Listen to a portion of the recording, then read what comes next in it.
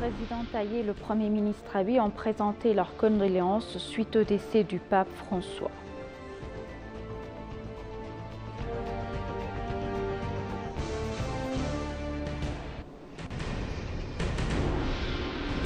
L'ambassadeur Fessa Shaol a invité les investisseurs étrangers à s'investir dans le secteur éthiopien de la santé et du tourisme médical.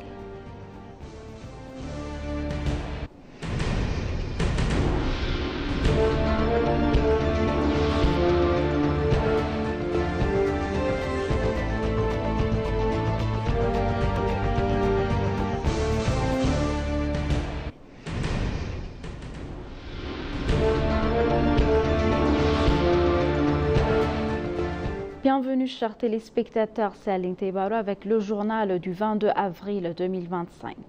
Le président Taï Selassie a présenté ses condoléances suite au décès du pape François. Il a exprimé c'est une profonde tristesse que nous avons appris le décès du pape François. Le Premier ministre Abiy Ahmed a présenté ses condoléances suite au décès du pape François. Que son âme repose en paix éternellement et que son héritage de compassion, d'humilité et de service à l'humanité continue d'inspirer les générations futures, a exprimé le Premier ministre Abiy. Le président de la Commission de l'Union africaine, Mahamoud Ali Youssouf, a exprimé sa profonde tristesse suite au décès du pape François. Le président a exprimé une profonde tristesse pour le décès du pape François, figure morale influente de notre époque et fervent défenseur de la paix, de la justice, de la compassion et de la dignité humaine, a déclaré l'Union africaine dans un communiqué publié sur les réseaux sociaux. Le secrétaire général de l'IGAD, Warq Nagabayo, a exprimé sa tristesse suite au décès de sa sainteté, le pape François. Le secrétaire général a publié sur sa page Facebook disant que la communauté catholique et chrétienne mondiale a perdu un grand chef religieux. Sa sainteté Abuna Mathias, patriarche de l'Église orthodoxe d'Éthiopie, a exprimé sa profonde tristesse suite au décès du pape François. Le patriarche a exprimé ses condoléances à tous les dirigeants et fidèles catholiques romains du monde entier ainsi qu'aux catholiques d'Éthiopie. Au nom de l'Église orthodoxe éthiopienne Toaodo, a rapporté le service de presse de l'Église.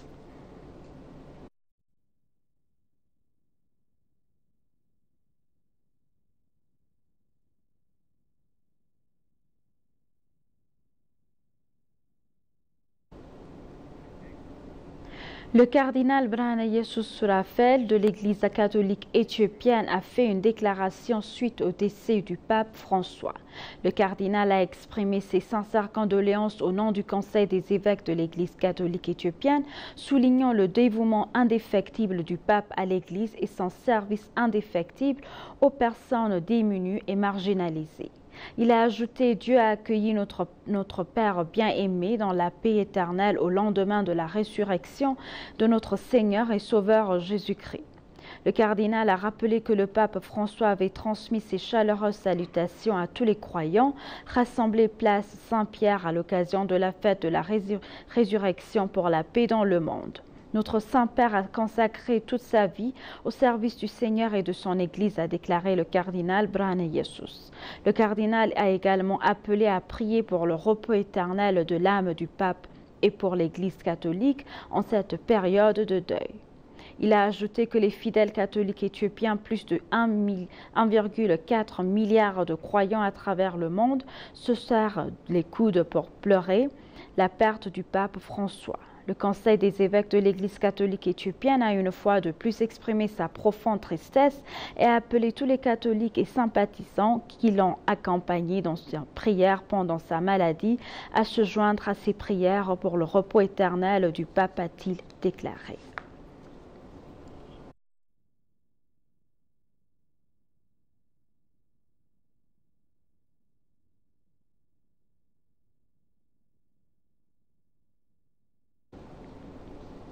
L'ambassadeur Fessa Shaol a invité les investisseurs étrangers à s'investir dans le secteur éthiopien de la santé et du tourisme médical.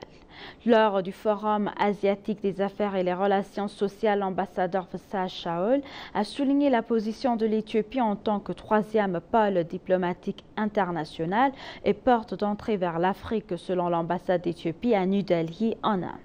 Il a affirmé que ces initiatives stimuleraient les investissements directs étrangers, notamment dans les secteurs de la santé et du tourisme médical, positionnant l'Éthiopie comme une destination de choix pour les Africains en quête de services médicaux.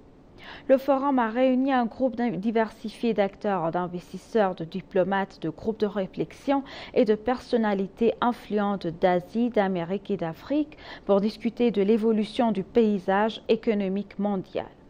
Le forum a abordé diverses questions cruciales, notamment la création de richesses durables pour des individus et les institutions, les avancées technologiques et l'intelligence artificielle. À l'issue de l'événement, l'ambassadeur Fossa Shaol a été récompensé pour ses contributions significatives, soulignant son engagement à favoriser la collaboration internationale et les investissements en Éthiopie.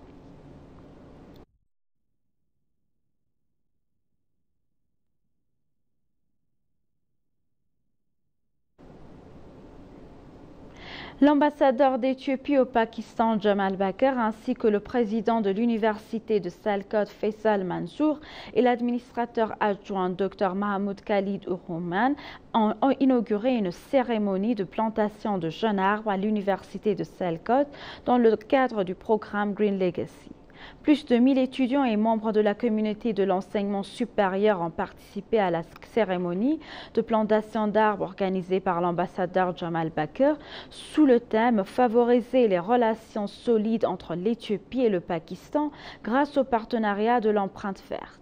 L'ambassadeur Jamal a déclaré que l'Éthiopie a pu devenir un modèle pour d'autres pays africains et la lutte mondiale contre le changement climatique en luttant contre la dégradation de l'environnement et la déforestation grâce au programme de l'empreinte verte mis en œuvre sous l'initiative du Premier ministre Abiy Ahmed au cours de 6 dernières années et a exhorté les jeunes à tirer les leçons de cette expérience. L'ambassadeur a souligné les efforts concrets déployés par l'Éthiopie pour lutter contre le changement climatique. Il a en outre exprimé leur conviction que ce programme d'amitié entre l'Éthiopie et le Pakistan, dans le cadre du programme de l'empreinte verte, élargira la plateforme de coopération entre les deux pays amis en renforçant les efforts de protection du climat.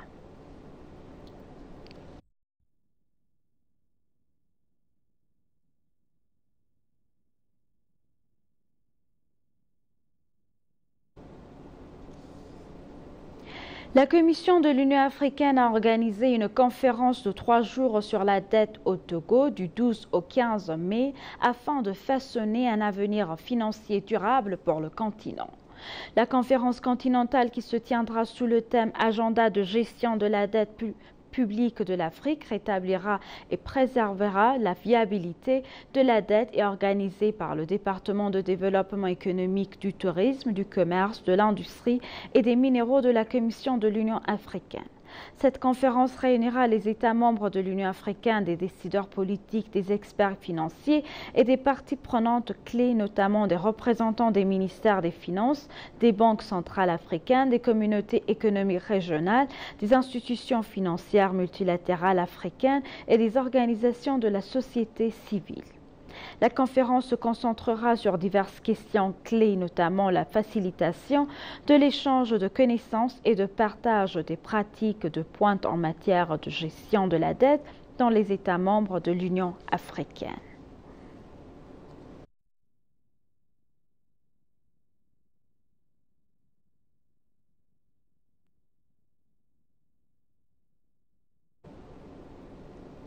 L'Agence spatiale africaine, l'Agence spatiale de l'Union africaine, a officiellement inauguré son siège au Caire dimanche.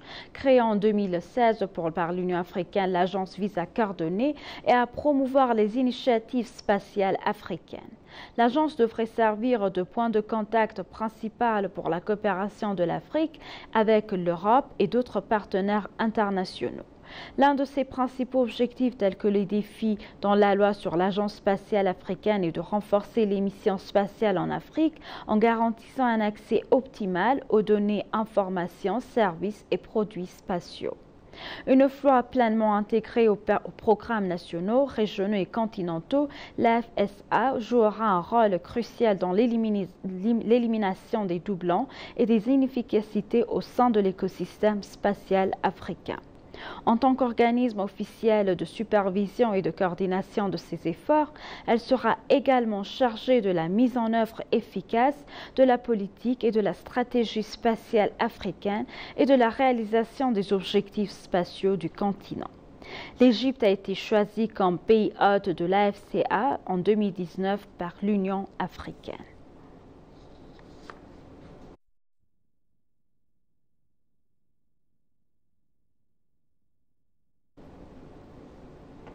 Le mouvement Made in Ethiopia a permis au pays d'améliorer la qualité et la compétitivité de ses produits, a déclaré à ENA le ministre de l'Industrie Malakoul Al-Lebel. Lancé par le Premier ministre Abiy Ahmed en 2022, ce mouvement vise à créer une industrie manufacturière compétitive en résolvant les goulots d'étranglement du secteur.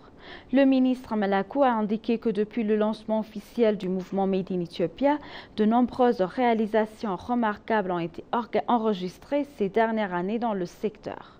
Il a souligné que la qualité, la compétitivité et la qualité des produits fabriqués ont augmenté au cours des 3 dernières années. Malakoul a également souligné que le gouvernement avait relevé les défis liés à la coordination du secteur en accordant une attention particulière au secteur manufacturier. En outre, il a cité la création d'un conseil manufacturier et son fonctionnement à titre d'exemple.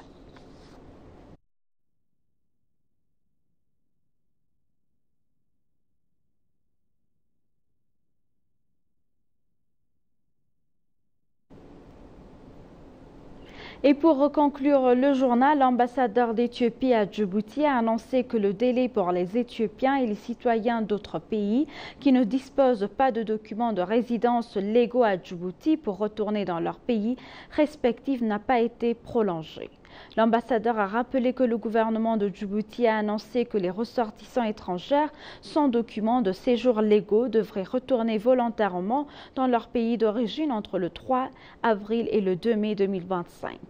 Il a indiqué que ceux qui ne se conformeront pas seront renvoyés dans leur pays d'origine par la force policière. À ce sujet, l'ambassade a consulté des responsables du ministère de l'Intérieur de Djibouti et a noté qu'en raison du grand nombre d'Éthiopiens vivant à Djibouti sans permis de séjour légal, il était nécessaire de veiller à ce que les citoyens qui poursuivent des études n'abandonnent pas leurs études. Il a également demandé que la date de retour des Éthiopiens dans leur pays soit prolongée d'au moins 3 mois, car les commerçants doivent trier leurs marchandises et les vendre et que les arrières en suspens soient payés à nos citoyens employés dans divers emplois. Les responsables du ministère de l'Intérieur de Djibouti ont pour leur part annoncé que le plan d'évacuation de ressortissants étrangers résidant dans le pays pendant la période susmentionnée ne sera pas révisé. Il a toutefois indiqué que les entreprises appartenant à des Éthiopiens qui leur permettent de résider à Djibouti peuvent laisser leurs actifs en fiducie jusqu'à ce qu'elles puissent prouver leur légalité.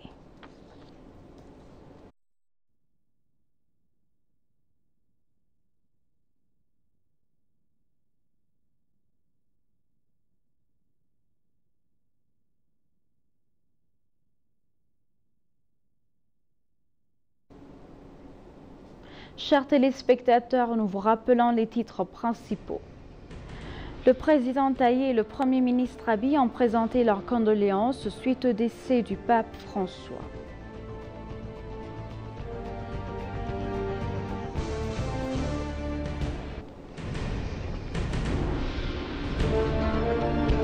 L'ambassadeur Fessa Shaol a invité les investisseurs étrangers à s'investir dans le secteur éthiopien de la santé et du tourisme médical.